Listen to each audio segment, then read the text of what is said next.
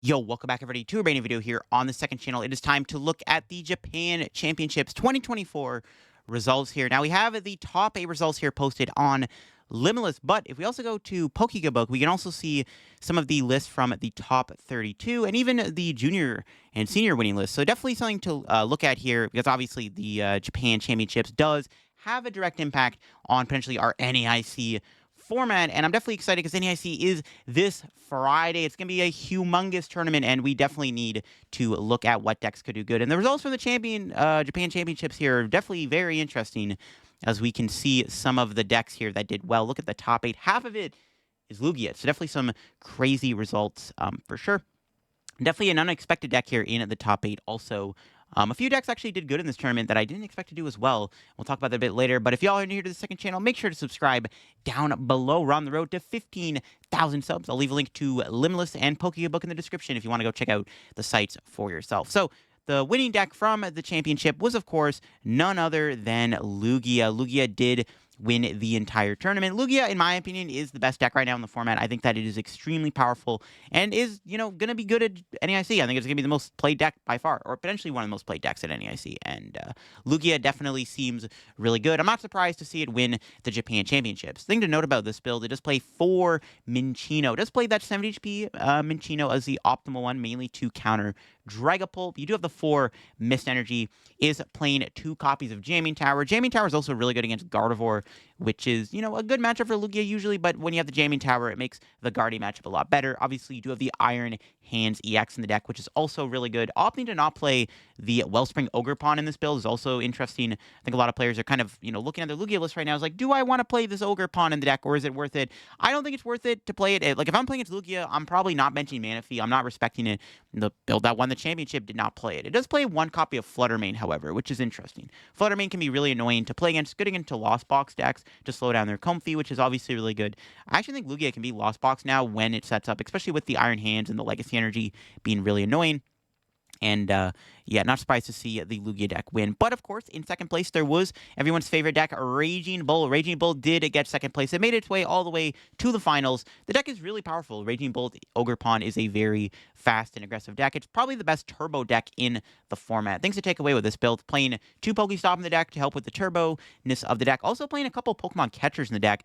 Obviously, the downside of the deck is you don't have Gust when you can Sada. You do have the Prime Catcher, which is nice, but you don't have as much Gust. But the 2 Pokemon Catchers, the Prime Catcher, do make up for that. There is obviously, still the one of Boss. It does play the 2 Iono. Playing the Iron Bundle is interesting. Iron Bundle can be very strong because you can force your opponent to send in a 2-prizer, and it's also good in the mirror match, where, if, in the mirror, your opponent sends up the 1-prizer, so they bait the prize trade out, but you play the Iron Bundle on them, and they're forced to bring in a 1-prizer. It's also a very unexpected Pokemon to kind of consider when playing against Raging Bull. Like, you sometimes won't expect them to bench the Iron Bundle, and sometimes it can punish you.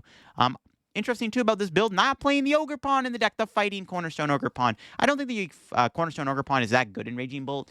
Sandy Shocks, in my opinion, is better. It does help a little bit more in the Guardy matchup, which is a very important matchup to have an answer for, and the Sandy Shocks does help offset the price trade a little bit in that regard. So, yeah, pretty solid list here, getting the finals. There was another one in top 4, however. This one, instead of playing the Sandy Shocks, plays Fluttermane in the deck too, which is also not a bad option. Fluttermane helps your Lost Zone matchup a little bit more. This one not playing the Iron Bundle. It does still play a Pokemon Catcher, only 1 Pokemon Catcher, however. It does play 4 copies of Trekking Shoes. No hand disruption in this build here of Raging Bolt, not playing any Iono in the deck. Again, a common card we're seeing within the Raging Bolts are the Ionos, but this build here did not play any copies of Iono in the deck for that extra bit of hand disruption, which I still think you want to play, but still a good list.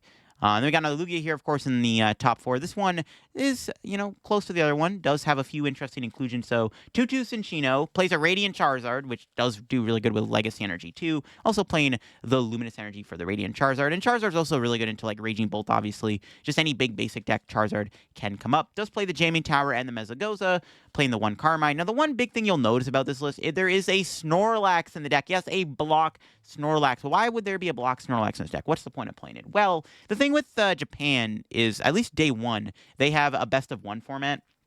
Sometimes you literally just win a game by just playing down Snorlax. Like, literally, you win a game by just putting Snorlax in the active spot. Like, you would be surprised how good Snorlax is in a best-of-1 environment, and that's kind of why we're seated in here. I don't think the Snorlax is actually good. Like, I wouldn't play this exact 60 for NEIC because I don't think you should play Snorlax. It's only just there for the best-of-1 cheese scenarios. That's mainly why it's in there.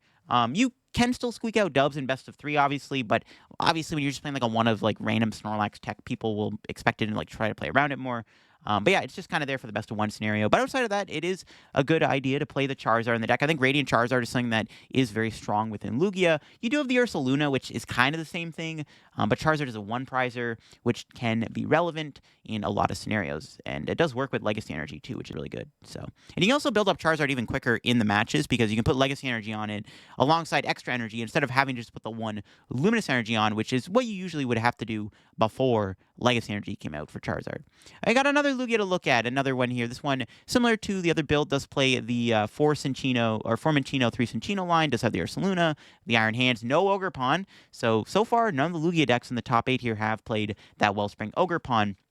This build also doesn't play any Carmine. It does have one copy of Roseanne's Backup, which can get you back a special energy. I guess it's there to reuse Legacy Energy's effect, not like the main effect where you give up the one less prize, just there so that you can get the extra rainbow energy back into your deck. So you can like do more shenanigans with Iron Hands. You can technically Iron Hands twice in a match. You have the Lumineon Aqua Return, which is really good too.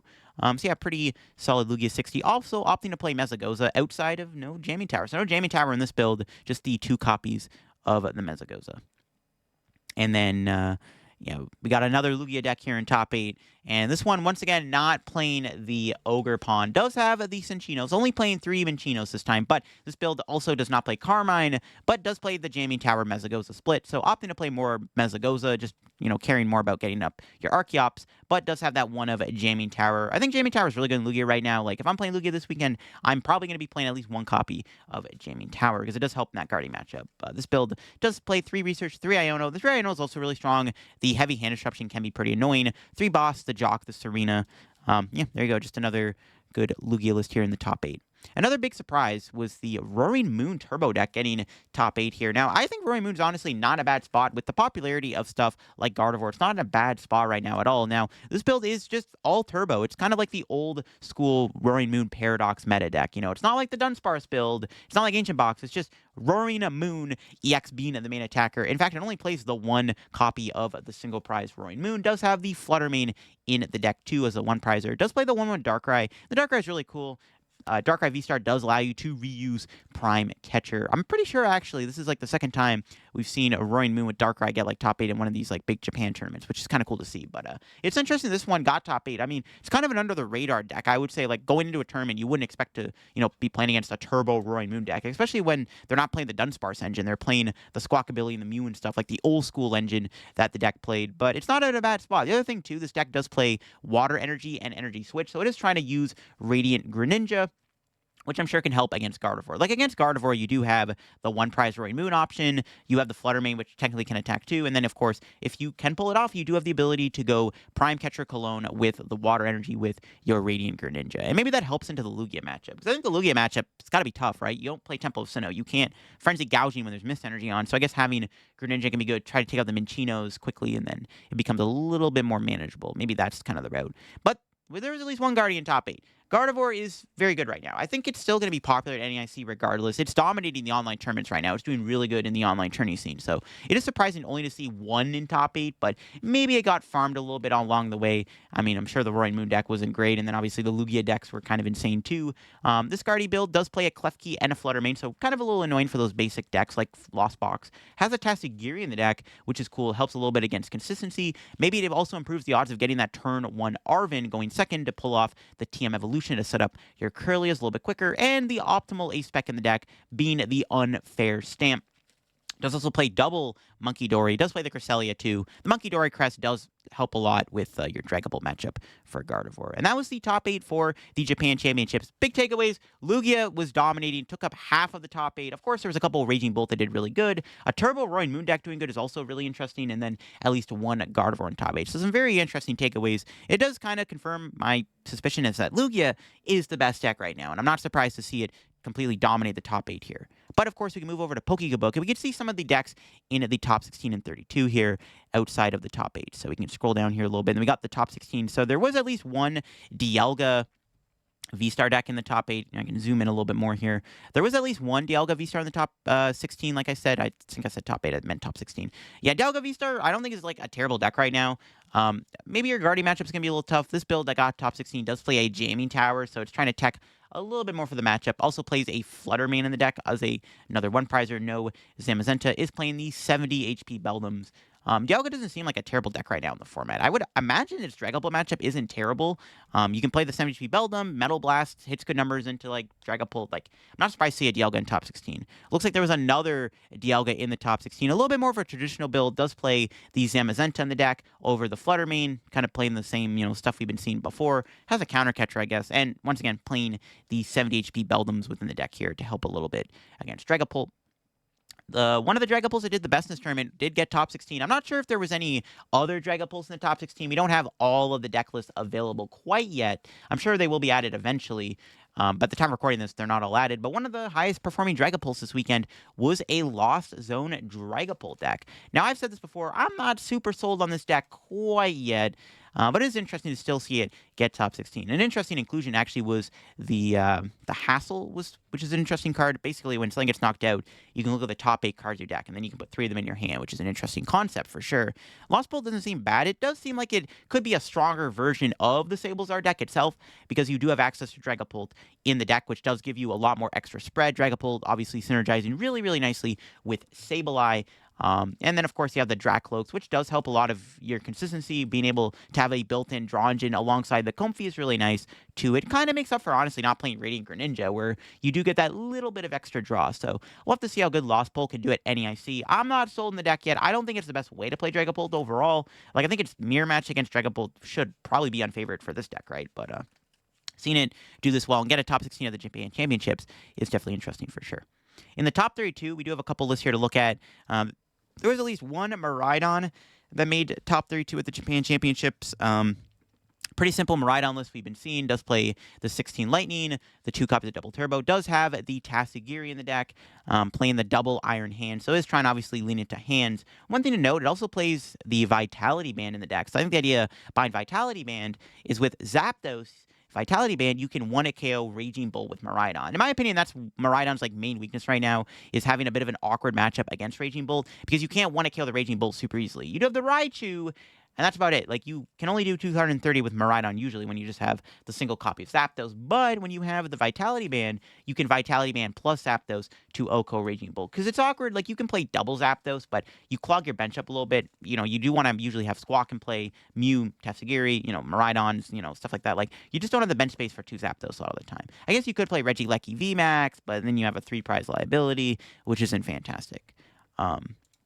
There's another Raging Bolt in top 32 here to look at. Another build here, just playing the Sandy Shocks in the deck. Does play 2 copies of Pokemon Catcher 2 for that little bit of extra gust. So, yeah. And does play the 1 Iono and the 1 Boss, couple Pokestops.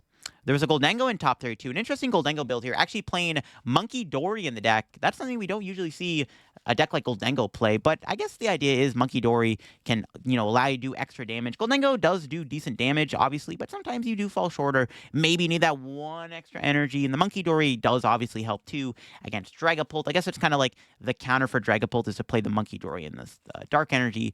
I'm not sure how often you get to pull that off, but it's an interesting concept, and I guess, it's cool, too, because Goldengo and Palkia, in some cases, can be a little bit beefier, so sometimes, you can do extra damage with Monkey Dory if your Palkia or Goldengo tanks a hit, and usually that can happen.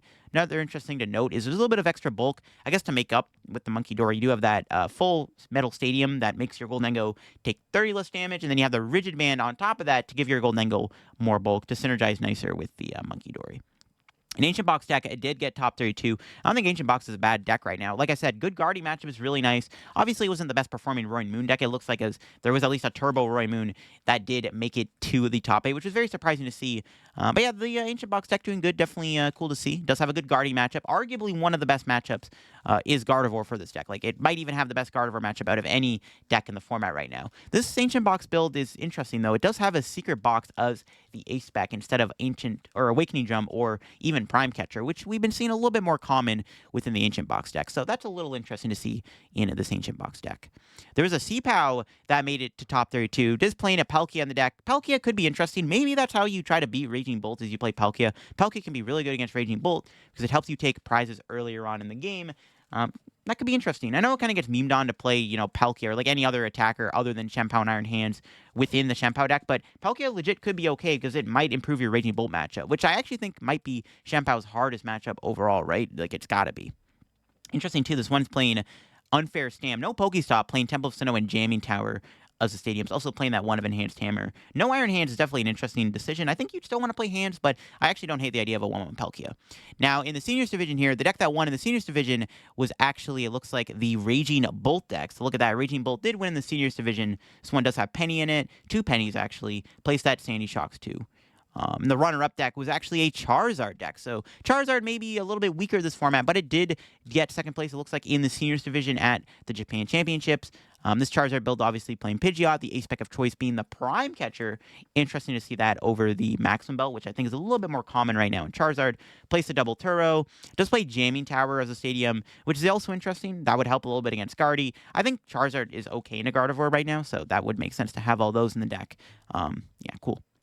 The Juniors Division, the Juniors winning deck was Lugia, so Lugia did win in the Juniors Division too. This Lugia build is interesting. It plays a 1-1 Noivern, so I guess the Noivern's there to help against the Raging Bolt matchup. I'm not sold on Noivern though, because like the issue with Noivern is you can't make your board nothing but Noivern, which would like give you the win in that matchup. Obviously, like Raging Bolt has no way to stop you. The problem with Noivern is they can use Prime Catcher Boss in the same turn, knock out your Noivern. I'm not sold on the 1-1 Noivern in Lugia. Maybe it helps a little bit against decks that use Iron Hands, or obviously it's good against Ancient Box, but a lot of the decks like that rely on just basic Pokemon as attackers usually can go like Counter Catcher Boss or Prime Catcher Boss in the same turn. So that's why I'm not sold on the Noivern. It did win in the tournament though. There was another Lugia that did get second place. This Lugia deck does play a Thornton and a Luxray in the deck. The Luxray being really interesting in the mirror match. That's something to consider. Maybe if you're playing Lugia this weekend for NEIC, maybe playing that one of Luxray could be worth it. It wouldn't be terrible either. Obviously, it would help a lot against Pidgeot decks too, which I don't think Pidgeot's going anywhere. Control, Charizard, Dragapult, hello. Pidgeot's still a very big threat in the format, so interesting build here with the Luxray. And I think that was it for the Japan Championships. Again, we don't have every single deck posted. We have some of the top 32 decks. Potentially one of the highest placing Dragapult decks, maybe even the highest placing Dragapult deck, was the Sablezard Dragapult kind of package build of the deck. A couple Dialgas in top 16 is interesting. I don't think Dialga's a bad deck right now. I think it's actually a little underrated, so not surprised to see that get top 16. The big surprise for me is actually that Turbo Moon deck doing it pretty good. So it's cool to see that Roaring Moon archetype get so far within the tournament for sure. But there you go, folks. The Japan Championships have wrapped up, and maybe this could be good looking at for NEIC. Of course, Lugia, in my opinion, is the best deck right now. I think it has a good chance of being the most popular deck at NEIC. In fact, I think Raging Bolt and Lugia are going to be the 2 most popular decks at NEIC. I'm going to save all my thoughts and stuff for my NEIC meta prediction video that'll go out on Thursday probably, but interesting results for sure. Definitely look out for some of these results for yourself. Maybe test some of the lists, because maybe these are the best ways to play the deck for NEIC.